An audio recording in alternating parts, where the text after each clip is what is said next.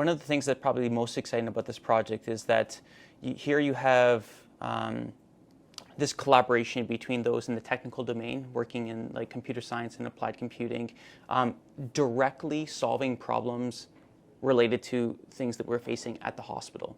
This project really is centered on this field of human-AI interaction.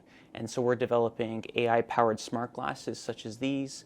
We're also developing AI-powered mobile apps, all with the intention on providing assistance and sensory feedback to those with blindness and visual impairments. In the future, we're planning on expanding that where we would have our glasses, for example, interface with a brain implant so we can take an image that's collected using the onboard camera of the glasses and project those pixels directly onto the visual cortex of the brain, where we can provide a sense of kind of artificial vision. So that's our long-term goal, where we're really restoring vision more in terms of taking advantage of brain-machine interfaces.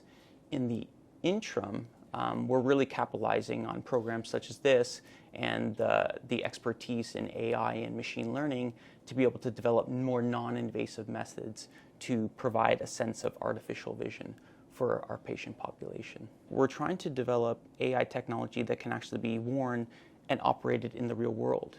And what that requires is for you to design really high-performance AI models that can run on this tiny little computer. This is very challenging. We're only now starting to see in the field this migration of machine learning models from these big cloud computers to now these tiny little microcontrollers.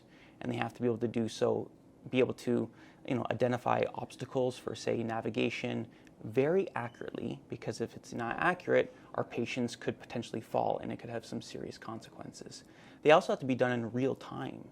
So as you're kind of navigating an environment, if it's not generating predictions very fast, that could have consequences. Kind of taking that a step further and providing some type of sensory feedback to the patients. And in order for us to do that, we can leverage, as I mentioned before, some of these recent advances in large language models to be able to convert images to text and then text back to speech.